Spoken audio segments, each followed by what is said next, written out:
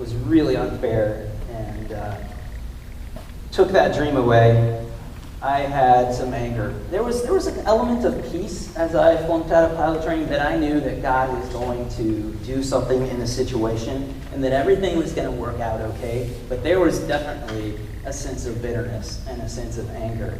So fast forward about 2 years from the time that I washed out of pilot training or flunked out of pilot training. Sometimes I can be pretty good at compartmentalizing things.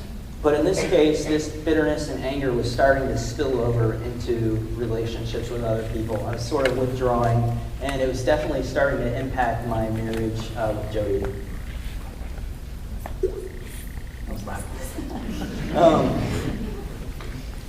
So there's this pivotal moment in this story where Jody and I went up to a small town outside of Colorado Springs called Woodland Park, which is a very cool place. And we went to the Hungry Bear restaurant.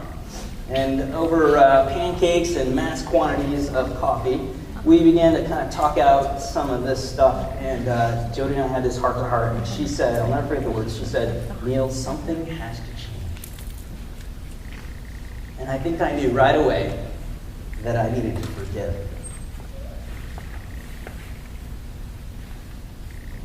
And the great thing is that I had this role model in my mom. First of all, I knew that what Christ had forgiven me, so there's that motivation. And then I had this great role model in my mom that is kind of motivating me to forgive.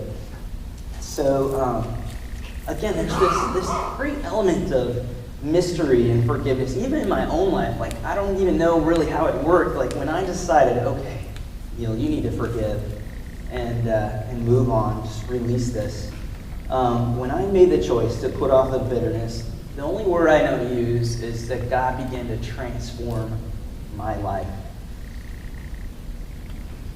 And maybe you're wondering, hey, why is there a picture of a butterfly on the slides this morning? And I love the idea of a butterfly, that this ugly little caterpillar somehow knows to wrap itself in silk or whatever it is, and then out comes this butterfly. It's total transformation from caterpillar to butterfly. And I think that that's how God works this mystery of just transforming lives. So we make the choice to forgive, but then God comes in with the power, that wind in that sail, and really causes it to happen.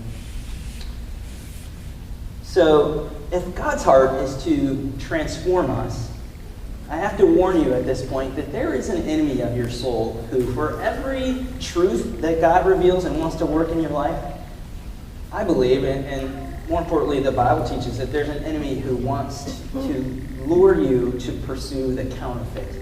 And the counterfeit to forgiveness is suppression. And suppression,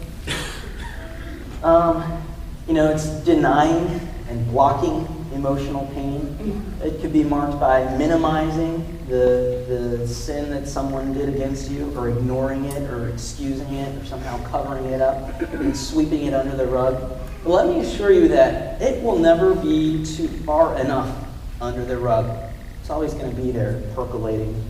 And so my encouragement is it's not to suppress, but to face the emotional pain and acknowledge the hurt, and then make the choice to raise that sail, right, and point in the direction and just say, God, would you help me with this? To pray for, even, the scripture says to pray for our enemies. And so to pray for that person and to learn to love them.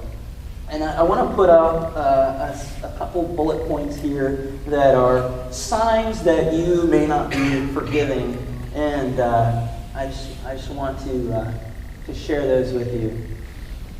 Frequently struggling with disobedience to God without gaining consistency in spiritual growth. Having a persistent anger problem, whether that's inward, again, suppressing that anger, or outward, bursts of anger. Blaming others for your problems, being very moody or frequently depressed, suppressing feelings, again, being if you find your relationships are very superficial, maybe there's something that you need to forgive. Next slide has some more. Being negative, ungrateful, unthankful attitude towards God, gossiping or venting, sensing God is far away, dwelling on self-pity or feeling like you're the victim, having difficulty forming and maintaining close relationships, or excusing your own sin because of the sin that was committed against you. So those I just wanted to give as maybe sort of a warning sign to let you know that, hey, what I'm doing might be suppressing pain rather than making a choice to forgive and allowing God's power to transform the situation.